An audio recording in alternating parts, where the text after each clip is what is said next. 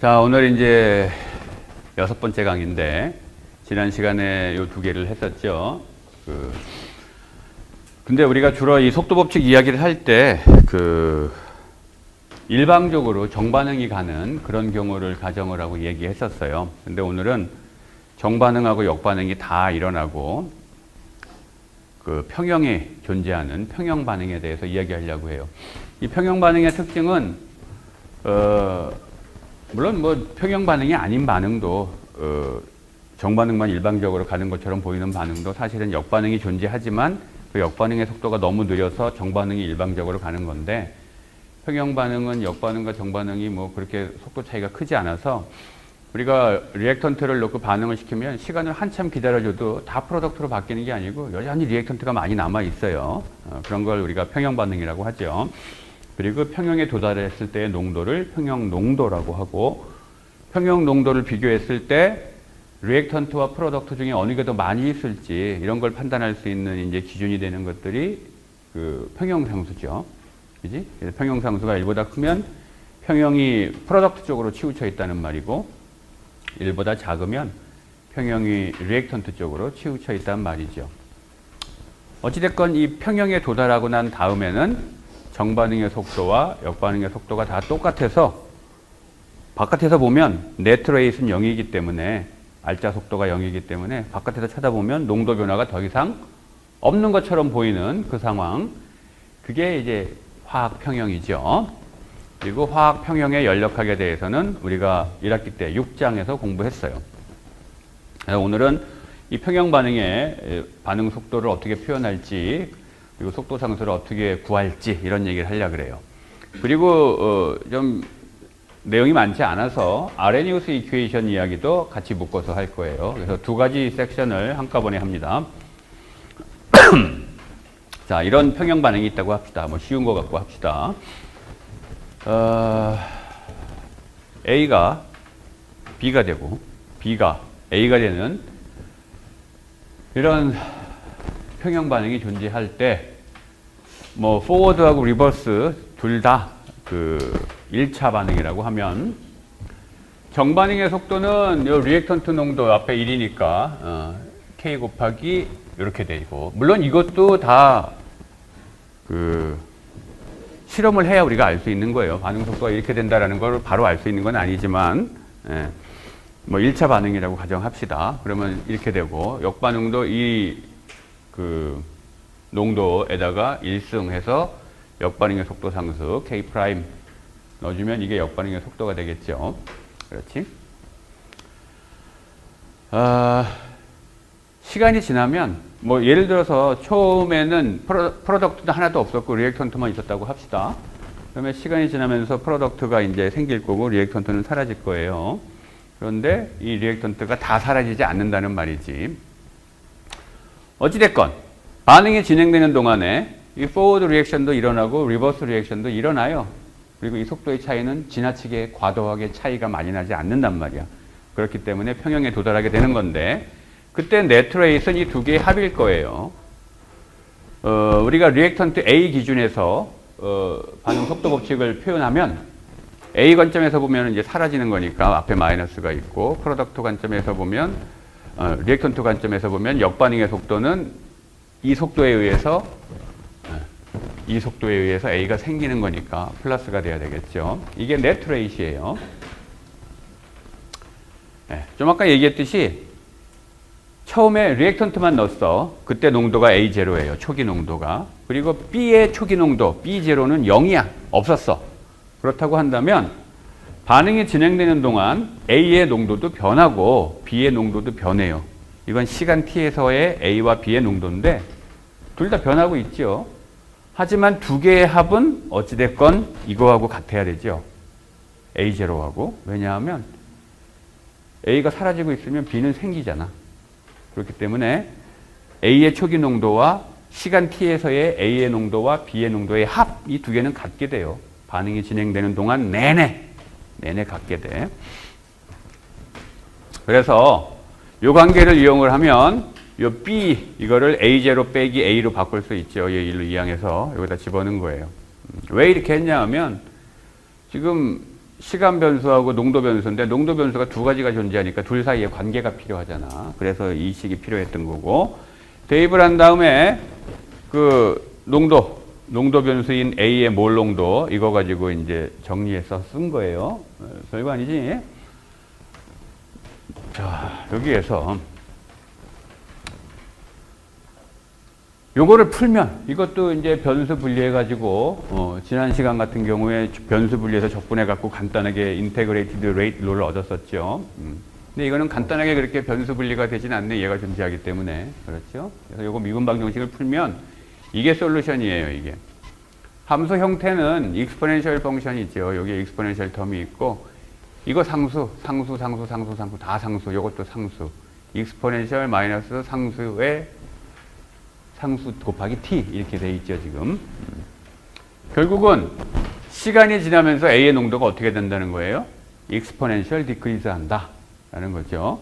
그리고 얼마나 빨리 A의 농도가 줄어드느냐라는 건 뭐가 결정적으로 영향을 줘요? 요 앞에 있는 요 녀석. 그렇죠? 요게 영향을 주죠. 그래서 시간이 무한대로 길어지면 우리가 오랫동안 반응을 시키면 이제 평형에 도달할 텐데 그때 평형 농도를 알고 싶으면 여기다 무한대 집어넣으면 되지. 그러면 요 텀은 없어지죠. 요 텀은 0이 돼서 없어지고 A의 평형 농도는 이거분의 요거 곱하기 요거 이렇게 될 테니까 이게 A의 평형 농도가 되죠. 그렇지? 그리고 A의 평형 농도를 알면 B의 평형 농도는 앞에서 얘기했던 요거 A0에서 A의 평형 농도 빼면 그게 B의 평형 농도니까 B의 평형 농도가 이렇게 구해진다. 뭐 여기다 얘 대입해가지고 식 정리해서 계산한 거예요. 여기 지워지기 때문에 식은 이렇게 되지. 그렇죠? 그래서 요 식을 가지고 그림을 그리면 이렇게 그려진다는 거예요. A의 농도가 익스포넨셜 디크리즈를 해서 시간이 많이 지나면 이 평형 농도값 뭐 좀 더 가야 되겠네. 평형 도달하려면 한참 지나가면 평형값에 간다. 프로덕트도 한참 지나가면 평형값에 간다. 이 반응은 평형상수가 1보다 큰 모양이네. 프로덕트가 더 많이 있죠, 지금. 그렇지? 이 그림은 어떻게 그렸겠어? 이거 갖고 그린 거예요. 1 빼기란다. A0 빼기 이거 가지고. A0 빼기 이거 가지고 그런 거지. 자, 어찌됐건 이게 이제 평형 농도인데,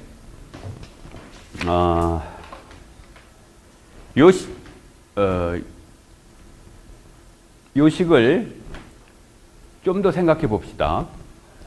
앞에서 내가 평형상수라는 말을 했었죠. 평형상수라는 거는 연력학적으로 우리가 6장에서 공부할 때 연력학에서 까먹으면 안 된다고 내가 얘기했던 요거 이 식. 스탠다드 깁스 에너지 변화량을 알면 어떤 반응에 대해서 그런 평형상수 값을 계산할 수 있죠. 해당 온도에서. 그렇지? 그래서 여기에서 평형상수 K의 의미가 연력학적으로 평형에 도달하게 되면 존재하게 되는 이퀄리브리움 컴포지션 조성이 어떻게 되는지 그거를 얘기해 주지요. 우리가 생각하고 있는 이 반응에 대해서 평형상수가 어떻게 됐었냐 하면 우리 6장에서 공부할 때 평형상수는 리액턴트의 액티비티 분의 프로덕트의 액티비티 이렇게 표현됐었어요. 다만 앞에 양론계수가 있으면 그게 이제 지수텀으로 들어갔었지. 근데 이거는 양론계수가 다 1이니까 그냥 A의 액티비티 분의 B의 액티비티예요. 그리고 A의 액티비티는 액티비티 코에피션트에다가 액티비티 코에피션트 곱하기 평형 농도 나누기 표준 몰 농도 요거였었지. 그래서 이 표준 몰 농도는 그냥 1이었어요. 1몰 per 리터. 요것도 1몰 per 리터. 여기에 근사 기호를 내가 넣은 이유는 액티비티 코에피션트를 그냥 1이라고 가정한 거죠.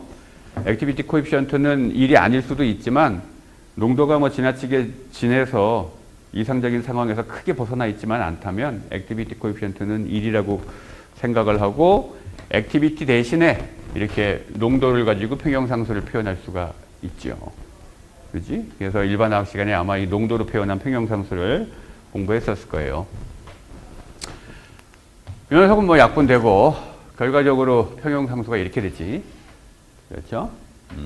평형 농도의 비율, 이게 평형상수지요, 지금. 이 반응인 경우에는 이렇게 돼요. 그런데, 우리가 구해놓은 얘네들을 대입해 봅시다. 요거 대입하고, 제 여기다 대입하고. 그럼 이렇게 다 지워지네. 남는 게 요 K하고 K'이 남죠? 그지? 그럼 결과적으로 요게 얻어져. 결국 요거 어디서 본 거예요? 여기서 본 거네. 평형상수, 이 반응의 평형상수 K가, 대문자 K가 역반응분의 정반응, 이 속도상수의 비율로 결정된다라는 말이죠. 그렇지? 네. 역반응분의 정반응, 요 속도상수의 비율로 결정돼요. 요 반응인 경우에. 이 똑같은 결론을 평형상수가 속도상수에 의해서 표현될 수 있다라는 이 똑같은 결론을 우리가 화학 평형의 원래 의미를 가지고 다시 똑같은 식을 유도해낼 수가 있어요. 화학 평형이라는 거는 정반응도 존재하고 역반응도 존재하는데 걔네들이 기여하는 네트레이시 0이 될 때예요. 네트레이시 0. 따라서 이와 같이 두 개의 속도가 같아지면 네트레이시 0이 되겠죠. 포워드와 리버스의 속도가 같으면. 이게 포워드의 속도예요. 평형 농도에서 평형에 도달했을 때 포워드의 속도, 평형에 도달했을 때 리버스의 속도. 그렇죠. 이 두 개가 이퀄이 되면 그때가 평형인 거죠. 따라서 농도끼리 모으고 속도상수끼리 모으면 똑같은 식이 얻어지죠. 이거 대문자 K는 똑같은 식, 요게 얻어지지, 요게. 네, 그런데 얻고 나서 보면 이게 뭐예요? 이게 바로 평형상수니까. 그렇죠? 그래서 평형상수를 또 이렇게 표현할 수가 있죠. 그렇지? 지금 보여준 것과 같이,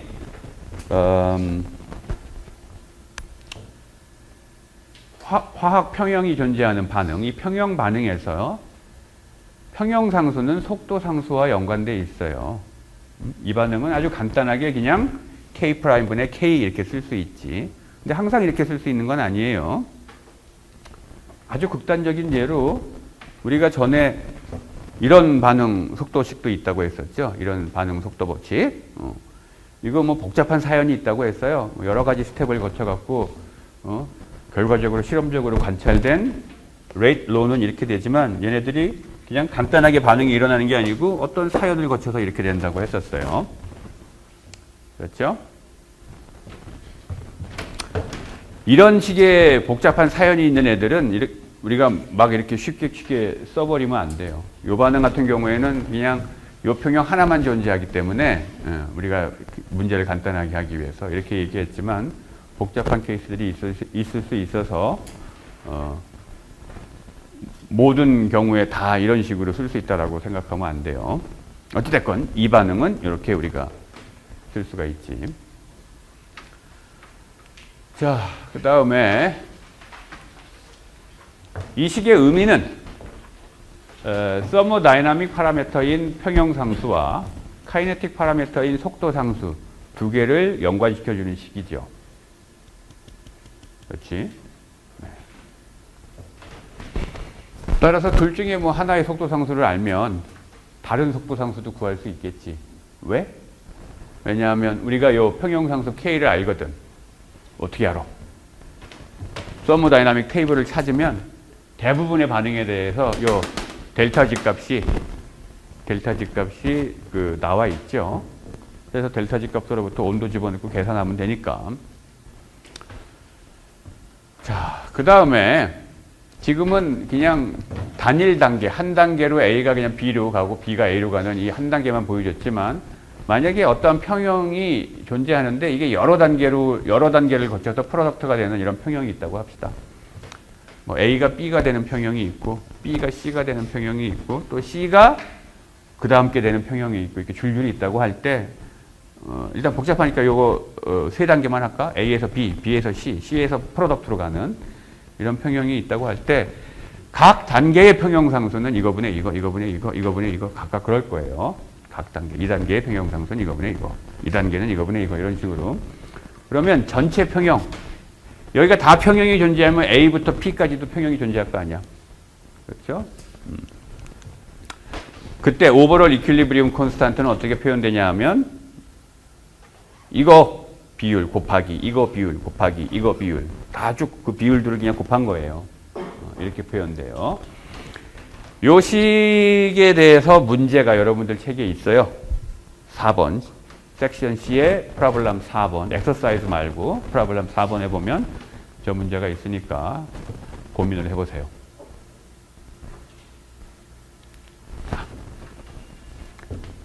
그러면 우리가 그 속도 상수 소문자 K 요 녀석을 구할 수 있는 여러 가지 방법들을 지난 시간에 뭐 공부했었죠. 뭐 여러 가지 뭐 방법이 있어요. 뭐 리니어 플러스 해갖고 뭐 어떻게 구한다 뭐 여러 번 얘기했어. 그럼 평형 반응은 이거 어떻게 속도 상수를 구하면 좋을까? 그 방법 중에 대표적인 게 릴렉세이션 메소드라는 거예요. 릴렉세이션 메소드. 그래서 이 방법의 개념을 설명을 하고 예제를 하나 봅시다. 릴렉세이션이라는 게 뭐 어떤 긴장 상태에서 이제 완화되는 걸 얘기하는 거죠. 근데 이제 케미컬 키네틱스에서는 화학 평형에 있는 애들은 외관상 보면 아무 일도 안 벌어지는 것처럼 보이지. 근데 그 평형을 내가 인위적으로 깨. 그러면 얘가 다시 평형으로 돌아갈 거 아니야. 평형에서 벗어난 녀석들이 다시 평형 상태로 돌아가는 이 과정을 릴렉세이션이라고 불러요. 그리고 그때 걸리는 시간, 그걸 릴렉세이션 타임이라고 불러. 이 릴렉세이션 메소드에서는 인위적으로 평형을 깨요. 인위적으로 일부러 평형을 깨. 그리고 나서 다시 평형에 도달하는 데 걸리는 시간을 관찰을 하는 거예요. 그런데 평형을 깨는 방법으로 온도를 갑자기 확 바꿔줘요. 예를 들면 온도를 갑자기 올려. 갑작스럽게 올린다거나 뭐 이런 식으로. 그러면 평형이 깨지게 돼. 왜냐하면 이런 평형인 경우에 온도를 올리면 어떻게 될까? 뭐가 바뀌어요? 온도를 올리면 속도상수가 바뀌죠. 속도상수. 정반응의 속도상수, 역반응의 속도상수 둘 다 온도에 강하게 의존하는 함수 익스포넨셜 펑션의 형태잖아. 그렇죠? 그렇기 때문에 요값 둘 다 바뀌어요. 그런데 이거하고 바뀌는 정도가 달라요. 달라. 왜 다르냐 하면 뒤에 가서 이 그림 뭐 다시 얘기할 건데 뭐 일반 학습 시간에도 배웠고 여기가 A고 여기가 B라고 합시다. 정반응 관점에서 보면은 넘어가야 되는 에너지 배리어가 이만큼이야. 이걸 우리가 액티베이션 에너지라고 부르잖아요. 그렇지? 근데 지금 이 반응은 평형 반응이기 때문에 여기서 일로 넘어가는 애들도 있거든. 이렇게만 가는 게 아니고. 그러면 역반응 관점에서 보면 액티베이션 에너지가 어때요? 훨씬 더 크죠. 그렇지? 액티베이션 에너지가 서로 달라요. 포워드하고 리버스의 액티베이션 에너지 크기가 다르죠. 그런데 이 액티베이션 에너지가 크면 클수록 온도에 더 민감하게 변해요. 속도 상수가. 크면 클수록 온도에 더 민감하게 커져요. 속도 상수도. 뒤에서 다시 공부할 거예요.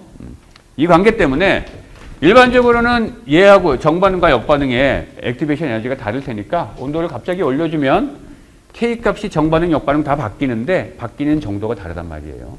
따라서 평형이 깨졌겠지. 온도를 갑자기 올렸으니까 평형이 이제 깨졌는데 바로 그 순간에 농도는 어때요?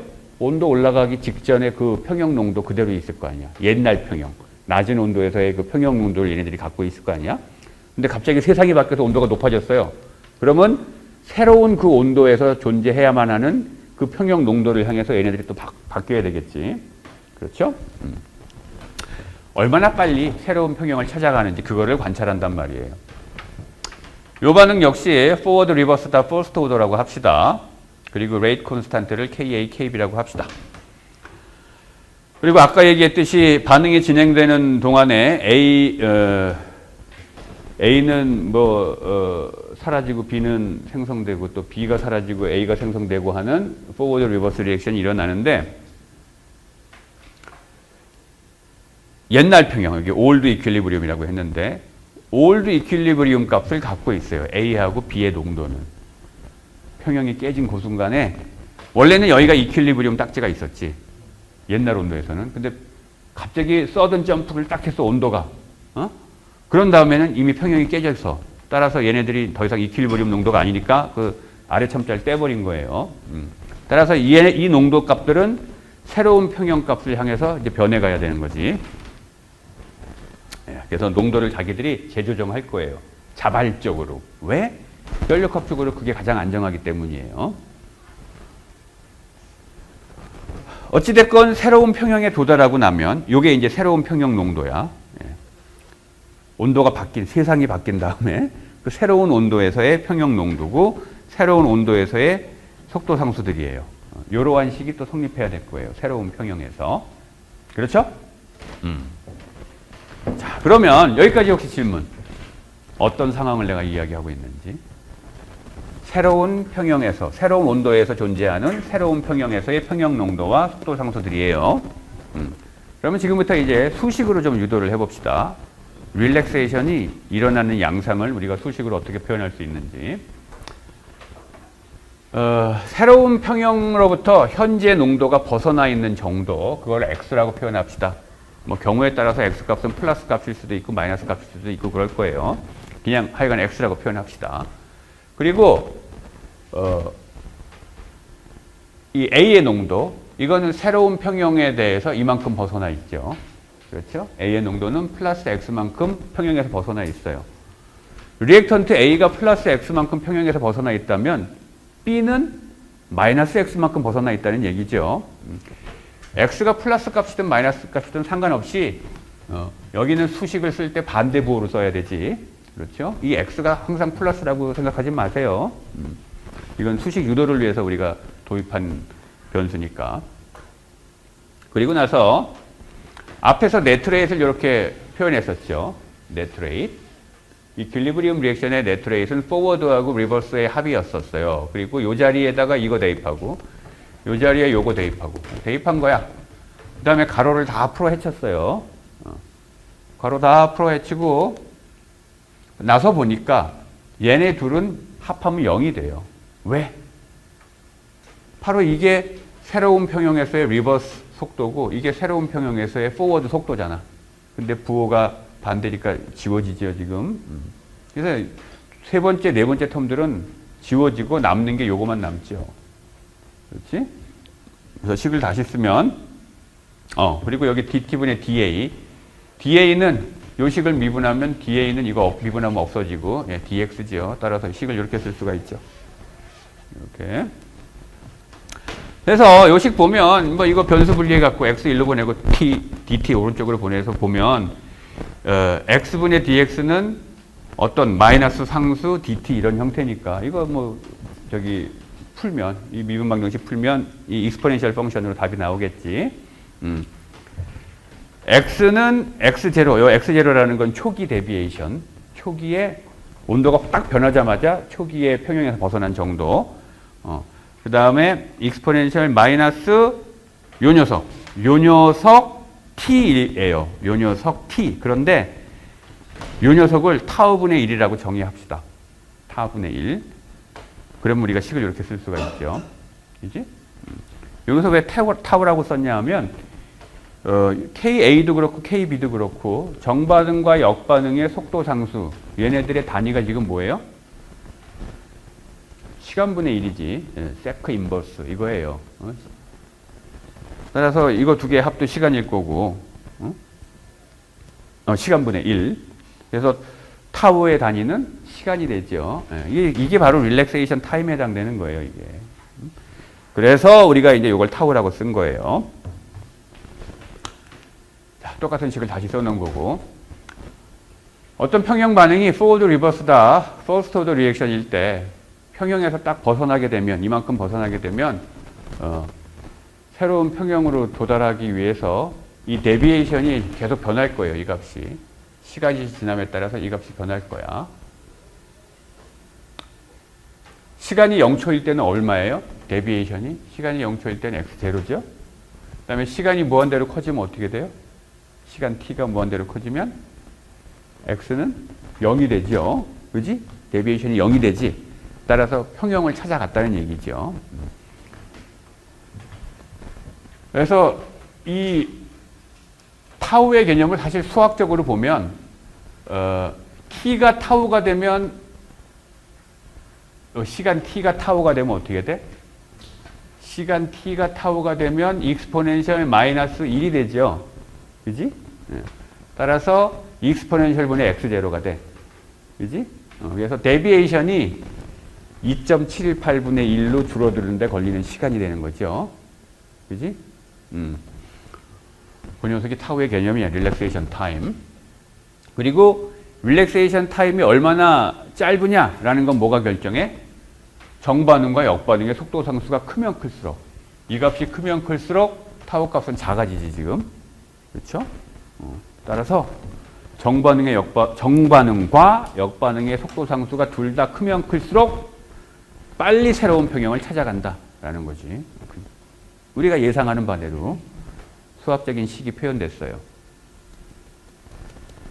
그렇지? 자, 내가 지금 말로 다 얘기했네. 익스포넨셜로 빠르게 얘네들이 찾아가고 얼마나 빨리 평형을 찾아가느냐라는 건 이 속도 상수들이 둘 다 커야 된다라는 거고, 만약에 우리가 이 릴렉세이션 타임 요거를 측정했다면 이 숫자를 알고 있다는 얘기죠. 측정했으니까. 그러면 모르는 속도 상수 두 개가 여기 들어가 있고 식이 하나 있네. 이 식만 가지고는 속도 상수를 둘 다 결정할 수 없죠. 그렇지? 그런데 우리한테는 식이 하나 더 있어. 평형상수가, 아까 얘기했던 이 평형반응의 평형상수가 속도상수의 비율로 결정된다며. 그렇지? 따라서 여기에 식이 하나 더 있네. 그리고 이 식에서 평형상수 값은 우리가 알아요. 그렇지? 그러니까 요 1번식과 요걸 1번식이라고 합시다. 그리고 요걸 2번식이라고 한다면 1번식과 2번식을 연립으로 풀면, 그러면 속도상수 둘 다 구할 수 있겠죠? 정반응과 역반응에. 이렇게 해서 평형 반응의 속도 상수를 구한다는 말이에요. 이게 릴렉세이션 메서드예요.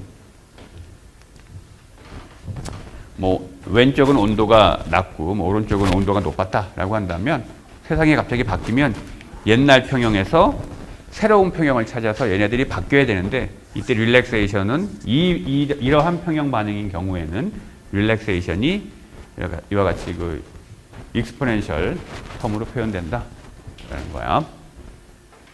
자, 여기까지 질문.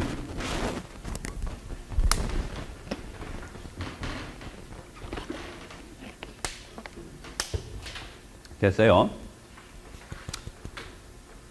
그러면 이제 예제를 하나 봅시다. 이게 순수한 물인데, 순수한 물이 pH가 7이라며. 7. 순수한 물에도 그 프로톤도 있고 OH- 하이드록사이드도 있죠. 그런데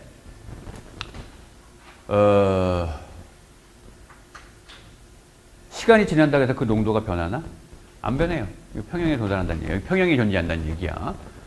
따라서 물이 뽀개져 가지고 쪼개져서 얘하고 얘로 쪼개지는 포워드하고 이 두 개가 다시 합쳐져서 물 분자가 되는 이 포워드 리액션과 리버스 리액션이 현재 속도가 같다라는 말이에요. 평형에 있다라는 건. 그래서 이 반응에 대해서 릴렉세이션 메소드를 써서 요 속도 상수 K1하고 역반응의 속도 상수 K2를 구해보려 그래요. 이게 지금 이 문제의 질문이에요. 그러면 앞에서 내가 얘기했던 것처럼 릴렉세이션 메소드를 쓴다면 이제 릴렉세이션 타임을 이제 측정을 하고, 또 하나 필요한 게 뭐야? 평형상수. 그지? 요 반응에 평형상수가 필요하죠. 그런데 문제에서 주어진 거는 물의 이온곱 상수를 줬어요. 아이오닉 프로덕트 콘스탄트라고 여러분들이 일반학 시간에 이온곱 상수라는 말로 아마 배웠을 거야. 근데 많은 학생들은 그게 뭐였더라? 생각이 안 나죠? 얘기할 거예요. 걱정하지 마세요. 이온곱 상수값을 줬어요. 298켈빈에서. 그리고 실험을 해서 온도를 갑자기 올려갖고 릴렉세이션을 일어나는 걸 관찰을 해서 릴렉세이션 타임이 37 마이크로세크라고 측정을 했어요. pH 7, 이게 pH 7 상황이니까 요 같은 온도 298켈빈에서. 오케이? 자. 그리고 요 forward는 first order고 reverse는 second order다. 요 각각에 대해서 1차씩 해서 합쳐서 second order다 라는 거야. 오케이? 이제 정보가 다 줬어요. 그럴 때 레이 콘스탄트를 계산해 봐라. 정반응과 역반응의 레이 콘스탄트. 그지? 그러니까 아까 내가 수식 유도할 때 했던 거하고 다 똑같은데 두 가지가 틀려 지금. 뭐가 틀려? 아까는 리액턴트 하나, 프로덕트 하나였는데 지금 프로덕트가 두 개네. 여기 하나 다르고 아까는 평형상수를 알면 된다고 했는데 평형상수 대신에 느닷없이 이온곱 상수라는 걸 줬어. 요 두 가지만 다르고 나머지는 다 똑같아요. 앞에도 수식 유도했던 거하고. 그렇지? 봅시다 이제 어떻게 풀면 되는지. 네트레이트 평형에 있으니까 네트레이트는 이렇게 표현되겠지. 포워드에 대해서 속도가 이렇게 되고 우리의 리액턴트인 물의 농도가 시간에 따라 변하는 게 포워드에 의해서는 줄어들고 리버스에 의해서는 이렇게 생기게 되죠. 퍼스트와 세컨드 오더 레이트 로를 따라서. 물의 농도 그러니까 또 머릿속으로 물속에 아무것도 없는데 물에 무슨 농도를 얘기하지? 이렇게 생각하는 사람들이 있을지 모르는데 꼭 뭐가 있어야 농도를 얘기하는 건 아니죠. 몰 농도의 정의가 뭐예요? 이게 지금 물의 몰 농도잖아. 몰 농도의 정의는 세제곱 센티미터 1리터 안에 1리터 안에 몇 몰 있느냐 이거잖아. 그 농도를 얘기하는 거예요. 자, 앞에서 얘기한 그 똑같은 식에다 적어 놓은 거고 여기에서 마찬가지로 새로운 평형에서 벗어난 그 데비에이션을 x라고 합시다. 그러면 물의 농도도 평형에서 벗어나 있고 프로덕트들의 농도도 평형에서 벗어나 있는데 뭐 물에 대해서는 플러스 x로 표현하고 데비에이션을 얘는 마이너스 x로 표현합시다. 왜냐하면 반대 방향으로 데비에이션이 일어날 테니까. 그 다음에 이 자리에다가 요거 대입하고 이거 두 개는 여기다 대입하고 하면 식이 이렇게 기다랗게 되겠죠. 얼핏 보면 복잡해 보이지만 별거 없어요. 이거를 수식을 가로를 다 풀어 헤쳐. 쭉 풀어서 뭐 텀들이 줄줄이 나왔어요 지금. 오케이? 보면 요거는 x가 없고 여기는 x가 있고 요거 x 없고 여기 x가 있고 여기는 x가 하나 있네. 그리고 여기는 x의 제곱이 있네. 그렇죠? 이 텀은 무시할 수 있어요. 왜? 데비에이션은 굉장히 작거든. 평형에서 벗어난 정도가 그렇게 크지 않기 때문에 작은 값을 두 번 곱하면 어떻게 돼요? 무지하게 작은 값이 되지. 예. 그래서 이거는 무시할 거예요. 그러면 텀들이 이제 이렇게 남게 되고 얘네들을 x가 있는 놈은 있는 놈끼리 없는 놈은 없는 놈끼리 가로로 묶어 냅시다. 그러면 x 있는 애들 여기다 모았고 없는 애들 여기다 놨어요. 그지? 근데 이제 뭐야? 여기 있는 세 개의 텀이 또 어때요? 지워져? 지워지지? 아까하고 똑같아. 이건 포워드 리액션이고 요 뒤에 있는 거는 뒤에 있는 요 텀은 리버스 리액션의 속도에 해당되죠. 근데 부호가 다르니까 이제 지워지겠지. 그래서 남는 건 요거예요, 요거. 그치? 아까하고 상황이 똑같아. 아까하고 상황이 똑같아요. 자, 이거 이제 변수 분리해갖고 또 적분하면 이렇게 되지. 같은 모양으로 수식이 표현되고 데비에이션이 초기 데비에이션 대비 요 익스포넨셜리 릴렉세이션이 일어나서 새로운 평형을 찾아간다 라는 거고 얼마나 빨리 평형을 찾아가느냐는 K1, K2 값이 영향을 미치고 그리고 얘네들 평형 농도 새로운 평형에서의 얘네들의 농도도 여기에 관여되어 있죠 지금. 아까하고 달라진 이런 것들이 나왔네. 자, 요거는 우리가 알고 있죠. 37 마이크로세크, 10의 마이너스 7승 초. 요거 알아야 되겠지. 평형에서, 새로운 평형에서 얘하고 얘의 농도. 자, 이 정보를 우리가 얻을 수 있냐, 어디서 얻냐면 이온곱 상수에서 얻는 거예요. 물의 이온곱 상수. 이온곱 상수라는 게 거기 있는 이온들의 액티비티의 곱이에요, 그냥. 요 프로톤, 그 다음에 OH 마이너스, 얘네들의 액티비티의 곱이야. 그런데 얘, 프로톤의 액티비티는 액티비티 코에피션트 곱하기 요 스탠다드 몰 농도분의 그 평형 몰 농도 프로톤의 이건데 액티비티 코에피션트 무시할 수 있으니까 얘도 마찬가지고 식이 이렇게 되겠죠. 그러면 분모에는 이 표준 몰농도의 제곱이 들어가고 여기에 이제 표준이란다. 스탠다드 몰라 컨센트레이션, 이퀄리브리움 컨센트레이션 이렇게 들어간다라는 말이에요. 여기서 스탠다드 몰라 컨센트레이션은 1몰 per 리터예요. 그냥 1이야 1. 숫자로는 그냥 1. 사실 있으나 마나 해. 사람들이 자꾸 이걸 안 써요. 근데 원래 안 쓰면 안 돼. 써야 돼. 이걸 안 쓰면 어떤 일이 벌어져?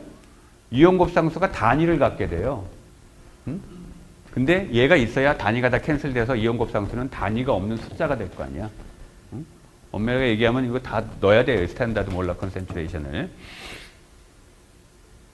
자, 그런데 한 가지 더 생각할 거는 물이 쪼개져서 프로톤만 생기고 OH- 안 생길 수 있어요?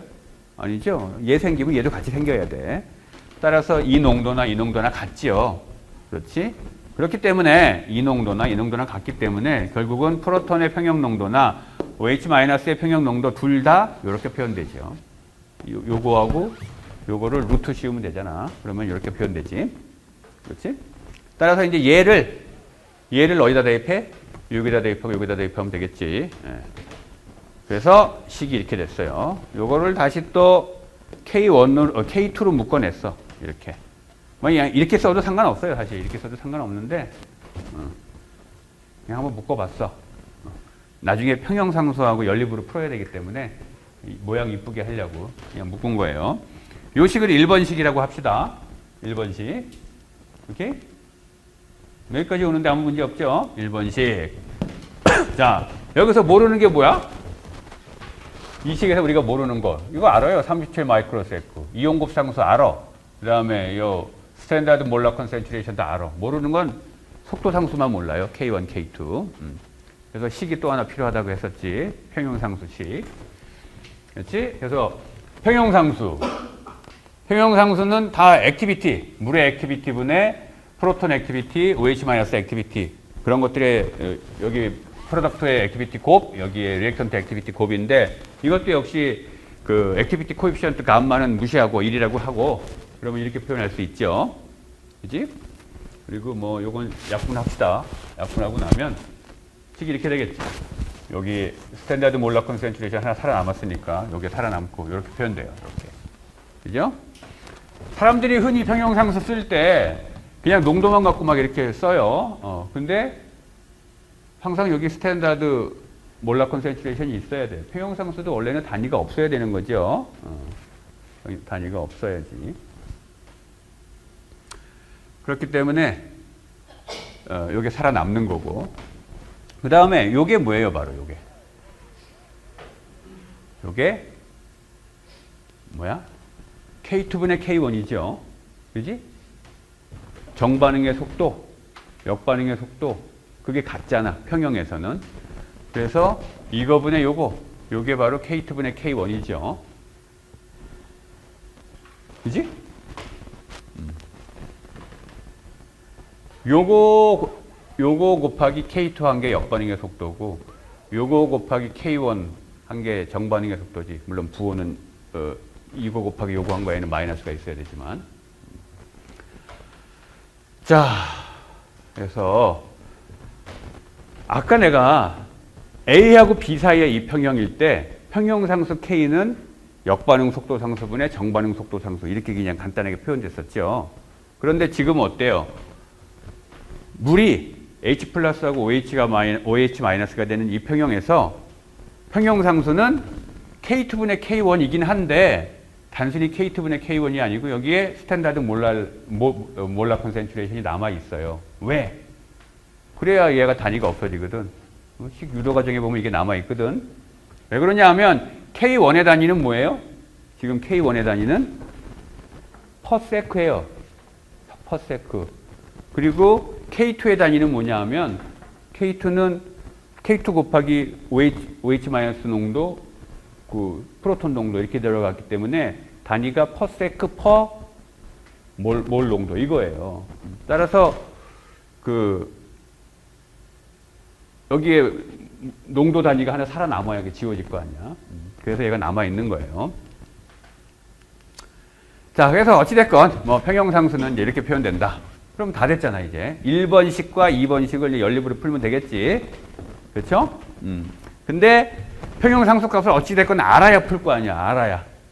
평형상수 구해야 되겠죠. 구합시다. 뭐 어렵지 않아요. 평형상수 아까 얘기했듯이 이렇게 표현되고 여기에서 요게 아까 뭐였어? 요거하고 요거의 곱. 그게 이온곱 상수였었지. 그죠? KW. 이온곱 상수고 여기에 스탠다드 몰라 컨센트레이션이 여기 있으니까 요 위로 올라온 거예요. 이렇게 되겠지. 그러면 이제 요 값도 알고 요 값도 아니까 마지막으로 뭐만 알면 돼요? 평형에 도달했을 때 물의 농도. 이거만 알면 되죠. 그렇지? 그렇지? 그래서 이제 물의 농도 계산하면 순수한 물의 농도는 density 1이죠, 물은. 그냥 1이라고 딱 칩시다. 계산 복잡하지 않게. 그럼 1리터 안에 물 1리터 안에 물의 무게는 1kg. 그렇죠? 따라서 1000g이니까 분자량 갖고 나눠주면 몰수가 나올 거고 그게 55.6몰 per 리터예요. 이게 물의 농도지. 따라서 이 값을 여기다 넣어주면 되겠죠. 물의 농도값 넣어주고 여기다 1 넣어주고 KW 값 앞에 있었으니까 계산하면 이렇게 된다. 오케이? 그래서 1번식과 2번식을 연립으로 풀면 되는데 지금 필요한 건 다 주어졌거나 이거는 문제에서 주어준 거고 그 다음에 평형상수값 계산했고 이거는 여러분들이 이미 다 알고 있는 거 연력학 시간에 다 배운 거고 그렇지? 그래서 이 값들 집어넣고 1번하고 2번식을 연립으로 풀면 K1 값하고 K2 값이 구해진다 라는 거고 얘기했듯이 K1하고 K2는 단위가 다르죠 지금 그렇죠? 역반응은 2차 반응이기 때문에 1차 반응하고 단위가 같을 수가 없죠. 자, 여기까지 질문. 이게 릴렉세이션 메소드예요. 여기까지 질문.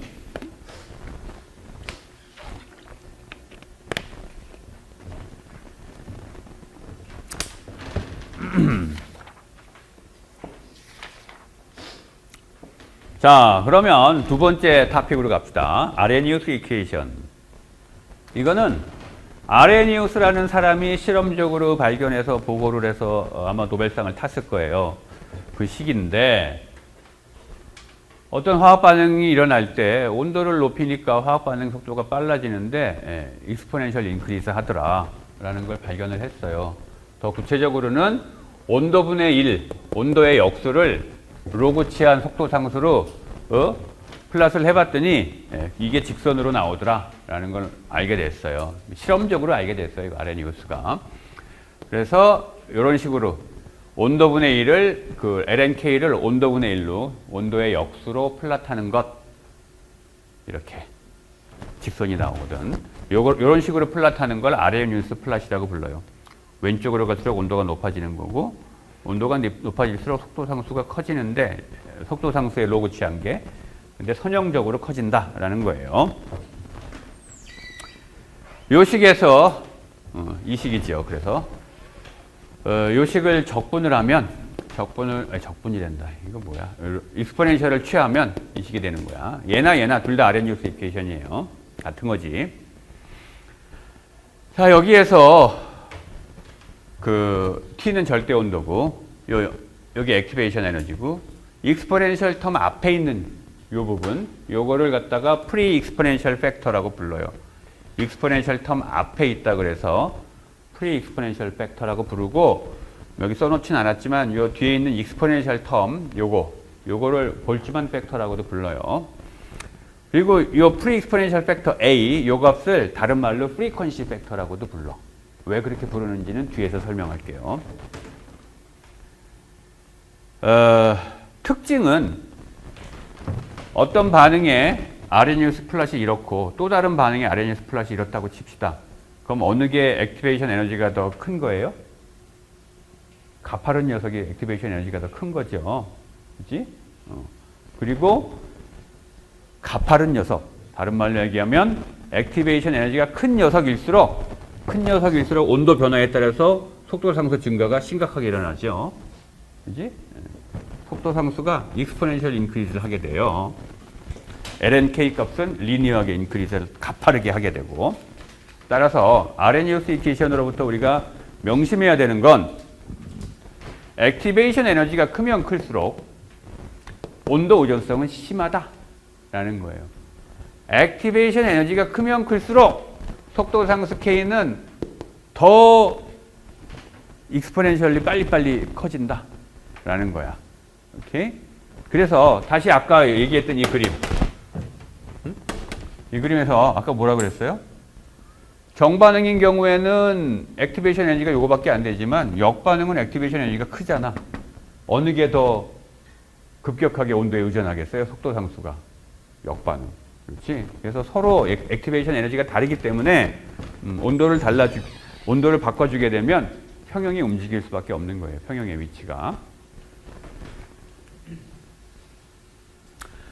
아주 또 재밌는 경우는 이런 경우도 있을 수 있어요. 액티베이션 에너지가 0이 되는 경우. 액티베이션 에너지가 0이면 이 값이 0이야. 그럼 익스포넨셜 텀은 사라지네. 그리고 프리퀀시 팩터만 남겠죠. 그지? 이게 뭘 의미하냐 하면 리액턴트가 프로덕트로 가려면 뭔가 하여간 지들끼리 막 충돌을 해야 될 텐데 에너지 배리어를 넘어가는 게 아니고 그냥 충돌만 하기만 하면 바로 프로덕트로 갈 수 있다는 거예요. 무슨 충분한 에너지가 필요한 게 아니고 그냥 스치면 한 방이라는 얘기야. 그런 반응들은 액티베이션 에너지가 0 또는 거의 0에 가깝게 되죠. 그러면 온도 의존성이 안 나타나겠지. 속도 상수가 온도에 의존하지 않게 될 거예요. 그리고 실험을 하다 보면 액티베이션 에너지가 음의 값인 경우들이 나타나요. 다른 말로 얘기하면 아레니우스 플러스 우리가 하면 보통은 이렇게 그려져야 되는데 실험을 해봤더니 아레니우스 플러스 이렇게 그려져. 이런 경우들이 나타날 수 있어요. 이런 경우는 되게 어떤 경우냐 하면 사연이 있는 반응들.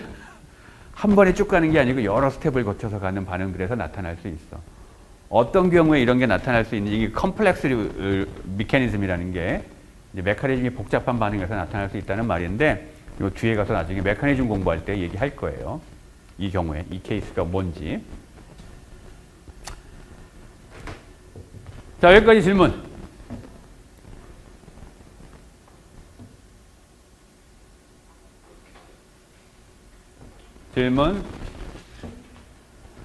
그 다음에 지금 슬라이드에서 얘기하는 건 별것도 아니고 아무것도 아닌 간단한 내용이지만 여러분들이 나중에 반응공학 시간에 반응기 설계할 때 아주 많이 쓰는 이퀘이션이니까 잘 들어두세요. 우리가 어떤 T1이라는 온도에서 속도 상수 K1을 알아요. 어떤 반응에 대해서. 그리고 그 반응의 액티베이션 에너지를 알아. 그럴 때 새로운 온도 T2에서 속도 상수 얘를 어떻게 구할 것이냐라는 거예요. 어떻게 구하냐 하면 일단 가정을 해야 돼. 액티베이션 에너지하고 익스포넨셜 팩터 얘네들이 온도에 따라 뭐 크게 변하지 않는다. T1에서의 액티베이션 에너지 값이나 T2에서의 액티베이션 에너지 값이나 그놈이다 라고 가정을 하면 사실은 이 가정이 대개의 경우 타당해요. 크게 문제가 되지 않아. 많은 경우. 만약에 이런 가정을 할 수 있다면 그러면 T1이라는 온도에서의 아레니우스식과 T2라는 온도에서의 아레니우스식을 적으면 두 식에서 공통적으로 같은 값의 A하고 EA를 쓸 수가 있죠. 그리고 이 식에서 이 식을 빼면 빼기 해주면 식이 이렇게 되고 뭐 지울 거 지우고 남는 게 이거죠. 그렇지? 그럼 이 식 갖고 구하면 되겠네. 지금 아는 게 뭐야? T1이라는 온도 알고 T2라는 온도 알고 액티베이션 에너지 알아요. 그리고 T1이라는 온도에서의 속도 상수도 알아. 우리가 모르는 건 요것만 모르는 거니까. 그죠? 새로운 온도 T2에서 속도 상수 K2를 구하는 건 이렇게 구하면 되죠. 내가 지금 심벌을 막 맘대로 쓰고 있어요. 아까 K1, K2 얘기할 때 K2는 역반응의 속도 상수 이랬었잖아. 지금 여기서 말하는 K2가 역반응의 속도 상수 얘기하는 거 아니에요. 예. 새로운 온도 T2에서의 속도 상수 K2를 얘기하는 거야. 예. 자, 그런데 바로 여기서 이 얘기 해놓고 내가 지금 바로 또 딴소리 할 건데 여기서 액티베이션 에너지가 T1이라는 온도나 T2라는 온도나 액티베이션 에너지는 안 변한다라고 했잖아요. 우리가 아레니우스 플러스를 여기 아레니우스 플러스를 했더니 이렇게 그려졌다 라는 얘기는 뭐야? 기울기가 이 온도 구간에서 기울기가 어때요? 다 똑같죠? 그지? 결국 무슨 얘기하는 거야? 액티베이션 에너지가 안 변한다라는 거예요. 이 온도 구간 내에서는. 이런 거를 Arrhenius-like behavior 보인다라고 얘기해요. 이 온도 구간에서 기울기는 계속 안 변하니까. 그지? 아레니우스식을 만족하는 거예요. 그런데 그렇다면 이제 우리가 이런 식으로 할 수 있는 거죠. 액티베이션 에너지 안 변하니까 똑같다라고 하고 이렇게 식을 유도할 수 있는 건데, 그런데 액티베이션 에너지가 온도에 사실은 의존할 수 있어요. 실험을 하다 보면 아레니우스 플랫을 그린다고 그렸는데 기대하기로는 직선을 기대했는데 이게 이렇게 그려지거나 이렇게 그려지거나 이거 부러질까 봐 휘지는 못하겠어요. 이렇게나 뭐 이렇게나 그려질 수 있어. 걱정되게 막 그렇게 그려질 수 있어요.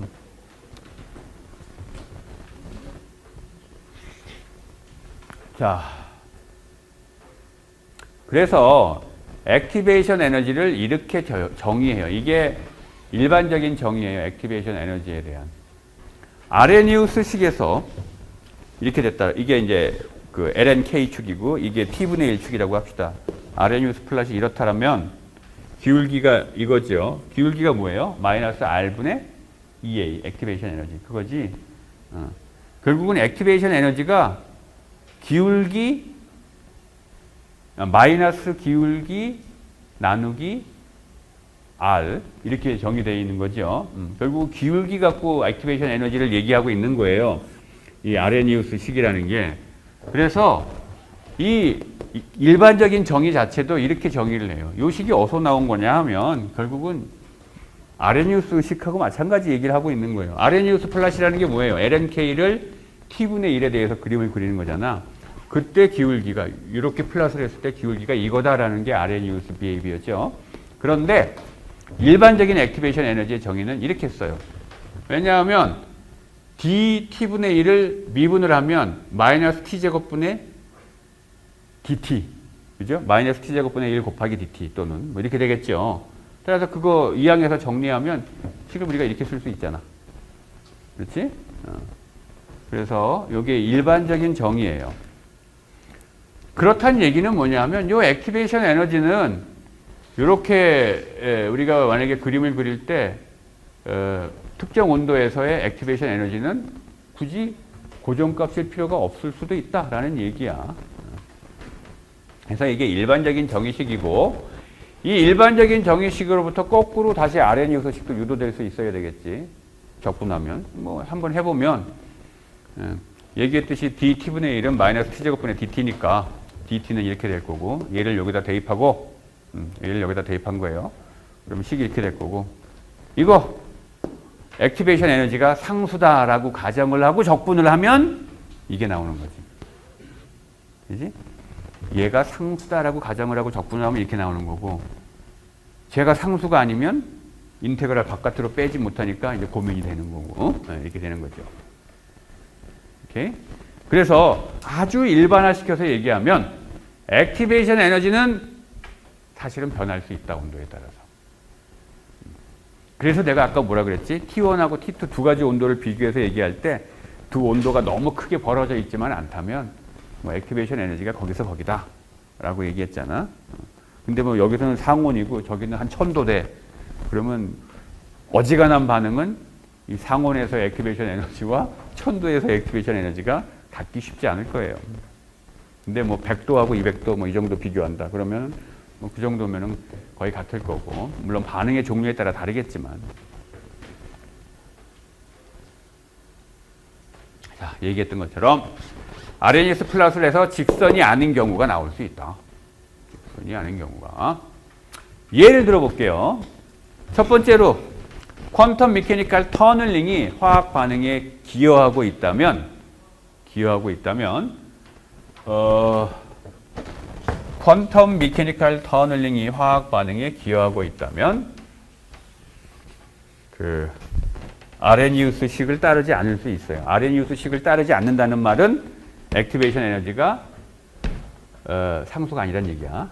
온도에 의존한다는 얘기인데 그게 무슨 말이냐면 퀀텀 미케니컬 터널링 얘기는 내가 아마 1학기 때도 잠깐 했을 텐데 어떤 에너지 배리어가 있을 때 고전역학에서는 그 입자가 일로 가기 위해서는 이 배리어를 넘어야지만 되죠. 그래서 우리가 이걸 액티베이션 에너지라고 부르는 거잖아. 리액턴트가 이거를 넘어가면 프로덕트가 된다라는 거잖아요. 그렇지? 그리고 이러한 과정을 통해서 설명하는 게 아레니우스 이퀘이션이에요. 그런데 퀀텀 미케니컬 터널링은 여기에 산이 있네. 넘어가는 게 아니고 그냥 뚫고 가요. 이걸 뭘 넘어가 그냥 뚫고 가지. 이렇게 가요. 이게 퀀텀 미케니컬 터널링이에요. 따라서 퀀텀 미케니컬 터널링이 일어나게 되면 이걸 넘어가는 게 아니기 때문에 이 넘어간다는 거에 대한 이런 현상을 설명하는 게 아레니우스 이퀘이션인데 이 넘어가는 게 아니야 이건 벌써. 그렇기 때문에 아레니우스식을 쫓아갈 이유가 없죠. 액티베이션 에너지가 일정한 이유가 없어요. 이 경우에. 그 다음에 두 번째는 이해도 재미있는데 엔자임은 이제 효소는 바이오 촉매죠. 화학 반응의 촉매예요. 바이오 리액션의 촉매인데 얘가 촉매 작용을 하는 방식이 이게 리액턴트라고 한다면 얘가 엔자임의 어떤 액티브 사이트에 이렇게 딱 안착을 해요. 그러면 얘가 평상시에 이렇게 있을 때는 반응하기 쉽지 않은 구조로 딱 있다가 이 안에 들어가서는 반응하기 좋은 이런 구조를 하고 있는 뭐 부정 안 하자면 그런 거예요. 그래서 이 액티브 사이트가 얘를 굉장히 반응하기 좋은 구조로 딱 잡아주기 때문에 반응 속도가 빨라지는 거야. 왜냐하면 그렇게 되면 이제 이미 얘가 잘 잡고 있으니까 조금만 배리어를 넘어가도 프로덕트로 갈 수 있거든. 그런데 온도가 올라간다고 칩시다. 온도가 올라가면 얘는 바이오 몰리큘이기 때문에 어떻게 돼? 변성이 돼요. 디내추레이션이 돼. 우리가 계란 한 80도만 올려도 다 삶아지잖아. 그렇죠? 그런 것처럼 그렇다는 얘기는 이게 굉장히 그 액티브한 사이트의 모양인데 온도를 올렸더니 얘가 이제 찐따가 됐어. 이렇게. 이 바보 같은 두 녀석 때문에 얘를 제대로 못 잡을 거 아니야. 그러면 넘어가야 되는 에너지 배리어가 이제 높아지는 거예요. 이렇게 되기 때문에 엔자임이 관여하는 이 반응에서 온도가 변하게 되면 이 엔자임의 효율이 촉매 효율이 나빠져가지고 에너지 배리어가 높아져서 온도 의존성이 온도에 따라서 그러니까 액티베이션 에너지가 온도에 따라서 달라지게 돼요. 온도가 올라갈수록 점점 액티베이션 에너지가 높아져서 어느 순간 아예 촉매 활성을 잃어버리면 액티베이션 에너지가 엔자임 없을 때나 마찬가지가 돼버리겠지. 그렇지? 그 다음에 또 다른 경우는 뭐 메커니즘이 바뀌는 경우도 사실은 생각해 볼 수 있어요. 우리가 아레니우스 플러스를 했다고 칩시다. 뭐 여기가 LNK고 여기 T분의 1로 아레니우스 플러스를 했어. 그래서 점을 찍었더니 뭐 이쁘게 찍혀. 근데 이렇게 돼버리네? 이렇게. 그러면 사실은 어쩌면 두 가지 메커니즘이 존재할 수 있어요. 낮은 온도에서는 액티베이션 에너지가 이런 경로를 통해 반응이 일어나고 높은 온도에서는 액티베이션 에너지가 이런 경로를 통해서. 그래서 반응의 경로가 사실 바뀔 수도 있어. 오른쪽 온도에서는 이 경로, 왼쪽 온도에서는 또 다른 경로. 경로가 바뀌면 액티베이션 에너지도 바뀌게 될 거 아니야. 그렇죠?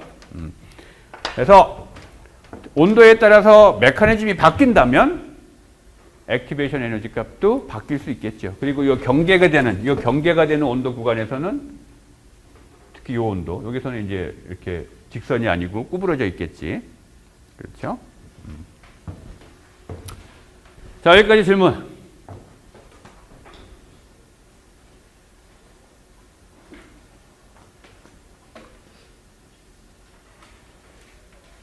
됐어요? 됐으면 됐다고 끄덕끄덕 한번 해봐.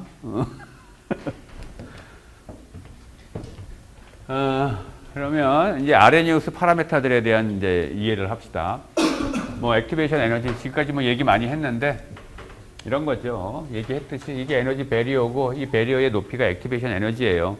의미는 뭐냐면 최소한 리액턴트가 프로덕트가 되고 싶다면 네가 갖고 있어야 되는 에너지는 최소한 이만큼은 돼야 된다는 거야. 이거보다 많은 에너지 갖고 있으면 당연히 어서 옵시오 하고 가죠. 근데 기껏 에너지 이만큼 갖고 있으면서 일로 가려고 그러면 못 간다라는 거예요.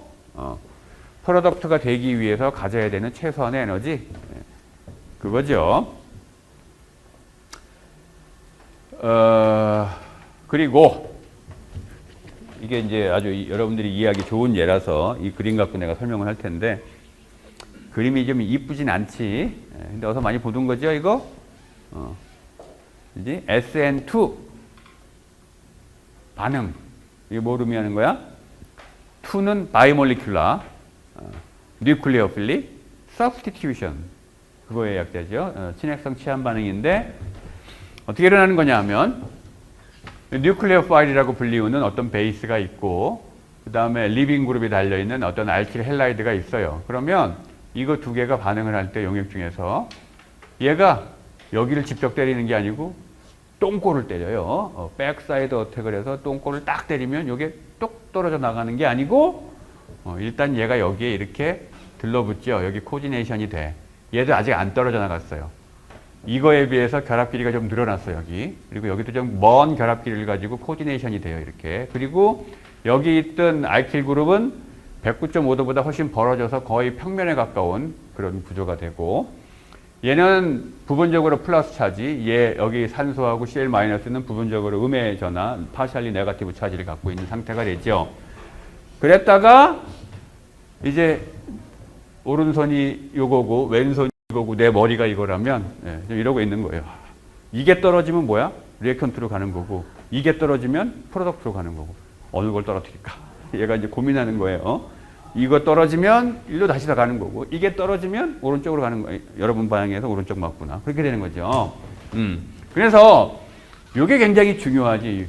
요 착물이 요 컴플렉스가 요거를 우리가 액티베이티드 컴플렉스라고 불러요. 왜 액티베이티드 컴플렉스라고 부르냐 하면 얘의 에너지 상태가 굉장히 높아요. 굉장히 불편한 상태야. 원래 이 탄소는 sp3결합을 하면서 뭐 109.5도 근처의 각을 가져야 되는데 지금 그러지 못하고 있잖아. 그지? 그래서 이 액티베이티드 컴플렉스가 존재하는 데가 바로 여기에요. 여기에 액티베이티드 컴플렉스가 존재하고 여기가 리액턴트의 에너지, 프로덕트의 에너지, 여기가 액티베이티드 컴플렉스의 에너지예요. 그리고 여기의 상태를 갖다가 우리가 전이 상태, 트랜지션 스테이트라고 부르는 거예요. 왜 이름을 트랜지션이라고 불렀냐 하면 여기로 떨어지면 프로덕트, 여기로 떨어지면 아니구나. 여기로 떨어지면 리액턴트, 여기로 떨어지면 프로덕트. 그 경계죠. 어디로 떨어지냐에 따라서 정반응이 되기도 하고 역반응이 될 수도 있기 때문에 그걸 전이 상태라고 부르고 그때의 화학종을 우리가 액티베이티드 컴플렉스라고 불러요. 요 내용은 뒤에 우리가 리액션 다이나믹스 공부할 때 다시 이야기 좀 할 거예요. 일단 넘어갑시다. 그 다음에 전전 슬라이드에서도 얘기했지만 이 액티베이션 에너지라는 건 반응이 일어나는데 필요한 최소한의 에너지예요. 얘네들이 배리어를 넘기 위해서 필요한 최소한의 에너지인데 아까 이 액티베이션 에너지가 크면 클수록 온도 의존성이 크다 그랬죠. 그리고 온도를 높여주면 높여줄수록 그 속도 상수가 커지는데, 그죠? 속도 상수는 온도에 의존하는데 얼마나 심하게 의존하느냐라는 건 액티베이션 에너지가 결정한다고 했었어요. 그런데 액티베이션 에너지가 이게 지금 에너지 축이고 여기가 그 볼츠만 디스트리뷰션 펑션이에요. 그러니까 뭐 일종의 그 파퓰레이션처럼 생각하면 되는데 온도가 낮을 때 이게 분포고 이게 온도가 높을 때 분포예요. 예를 들면 리액턴트의 분포라고 칩시다. 리액턴트의 에너지가 온도가 낮을 때는 카이네틱 에너지가 낮은 애들이 주로 있죠. 근데 온도가 높아지면 카이네틱 에너지가 꽤 큰 애들이 많이 있고 아주 큰 애들도 상당량이 있어요. 이렇게 바뀌게 돼요.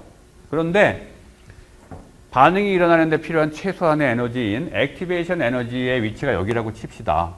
그러면 온도가 낮을 때는 요만큼밖에 없는 거예요. 요만큼밖에.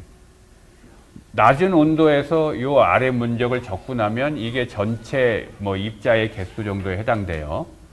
그러면 전체 입자 중에 전체 리액턴트 입자 중에 액티베이션 에너지보다 높은 에너지를 갖는 애들의 개수가 요만큼이니까 이 그림상으로 보면 대충 한 10%도 안 돼 보이지? 그렇죠? 그랬는데 온도를 T2라고 올려주니까 어때? 거의 한 40% 이상이 액티베이션 에너지보다 더 높은 에너지를 갖고 있잖아. 그렇죠? 그렇기 때문에 온도를 올려주게 되면 속도 상수가 커지게 되고 따라서 반응도 빨라지게 된다라는 거예요. 오케이? 여기에서 요 아레니우스 이퀘이션에서 나오는 요 텀이 바로 볼츠만 디스트리뷰션 그 펑션 안에 이게 들어있어요. 그래서 이거를 또 볼츠만 팩터라고 부르는 거야. 요거를. 이거의 의미는 이게 이제 숫자로 나올 거 아니에요? 그죠? 그 숫자, 몇 비율로 한 프랙션으로, 전체 리액턴트들 중에 비율로 몇 프로 정도나, 충분한 에너지를 갖고 있는지, 그 배리어를 넘기에 충분한 에너지를 갖고 있는 애들의 비율, 프랙션, 그런 걸 이야기해요. 이건 뭐지? 예. 그래서, 요거, 아레니우스 팩터는, 예. 이제, 리액턴트들이 막 충돌을 해야 에너지를 주고받고 하면서 막 충돌을 할 텐데, 그래서 그 충돌 중에 배리어를 넘어가기에 충분한 에너지를 가지고 충돌하는 걔네들의 비율, 그걸 얘기하는 거고, 요 앞에 있는 프리 익스포넨셜 팩터, 다른 말로 프리퀀시 팩터, 얘는 뭐냐면 얼마나 자주 충돌하느냐 이거예요. 걔네들이 갖고 있는 에너지 값하고 상관없이 얼마나 자주 충돌하느냐라는 거예요. 기본적으로 에너지 배리어를 넘어서 프로덕트가 되려면 배리어를 넘기 위해서 시도하는 횟수가 많아야 되고, 그 시도하는 횟수 중에 충분한 에너지를 갖고 시도하는 비율이 높아야 될 거 아니야. 바로 그거예요. 프리퀀시 팩터, 자주 시도를 하고 배리어를 넘어가려고, 그리고 충분한 에너지를 갖고 시도하는 횟수가 높을수록, 그 비율이 높을수록 속도 상수 커진다라는 걸 의미해요. 아레니우스 식은. 오케이? 네. 그리고 요 그 프리퀀시 팩터의 의미는 나중에 리액션 다이나믹스에서 좀 더 깊이 얘기할 거예요. 자, 그 다음에 마지막으로 아까 엔자임 얘기도 잠깐 했지만, 엔자임을 쓰면, 엔자임이든 다른 촉매든 촉매를 쓰면 반응 속도가 빨라지죠. 빨라지는 이유는 속도 상수가 커지기 때문인데, 뭐 엔자임 집어넣었다고 농도가 진해지는 건 아니잖아, 그지? 리액턴트 농도는 그대로라도 촉매를 집어넣으면 반응 속도가 빨라지는데, 그 이유는 속도 상수가 커지기 때문이고, 속도 상수가 커지는 이유는 액티베이션 에너지가 작아지기 때문이에요. 액티베이션 에너지가 촉매가 없을 때에 비해서 촉매를 쓰게 되면 작아져요. 아까 얘기했듯이 엔자임이 리액턴트를 반응하기 좋은 구조로 이렇게 막 레슬링에서, 옛날에 나 어렸을 때는 레슬링을 많이 보여줬는데 태그 매치라는 게 있어요. 응? 잠깐 새끼를 세는데, 태그 매치가 뭐냐면 보통은 흥행을 위해서 둘이 짝을 막 먹고 이쪽 둘하고 이쪽 둘이 붙을 때 한 선수는 굉장히 잘하는 사람, 한 선수는 좀 약한 선수를 이렇게 편을 짜고 하더라고요. 그래서 이 선수가 들어가서 이쪽 잘하는 선수한테 한참 맞아요. 막 맞으면 터치를 하고 이제 강한 선수가 딱 나와. 그리고 얘를 막 혼내죠. 그러다가 이제 우리 팀의 강한 선수가 이 나쁜 놈을 딱 잡아가지고 막 사지를 뒤틀면서 우리 쪽 선수한테 데리고 가요. 그래서 사지를 뒤틀고 딱 갖다 놓으면 이제 우리 편 약한 선수가 아까 1대1로 붙었을 때는 맞기만 하더니 지금은 이제 딱 꼼짝 못하고 있으니까 가갖고 이제 막 가슴도 때리고 막 뺨도 때리고 주먹으로 이마도 막 때리고 막 이런 거 많이 봤었어요. 마치 그런 거예요. 그러면 얘가 쉽게 다운되잖아. 도와줬으니까. 그런 거예요. 지금 촉매가 있으면 리액턴트의 구조가 바뀌게 돼요. 반응하기 좋은 구조로, 다운되기 좋은 구조로 바뀌는 것처럼. 그래서 액티베이션 에너지가 낮아지는 거예요. 아이고. 그러니까 다른 말로 얘기하면 이런 거야. 촉매를 쓰면 결국은 화학 반응의 경로가 바뀌는 거예요. 화학 반응 자체는 바뀌는 게 없어. 리액턴트와 프로덕트 상태 똑같아요. 여기도 똑같아. 촉매 쓴다고 해서 다른 프로덕트가 만들어지는 게 아니죠. 연력학적으로 보면 델타 G값 아무런 변화가 없어요. 하지만 속도는 빨라지지. 왜냐? 다른 경로를 취하니까. 나 혼자 가서 때리는 게 아니고 내 친구가 도와주고 있잖아 지금. 경로가 다르지요 지금. 반응의 경로가 바뀌는 거예요. 자, 여기까지 합시다.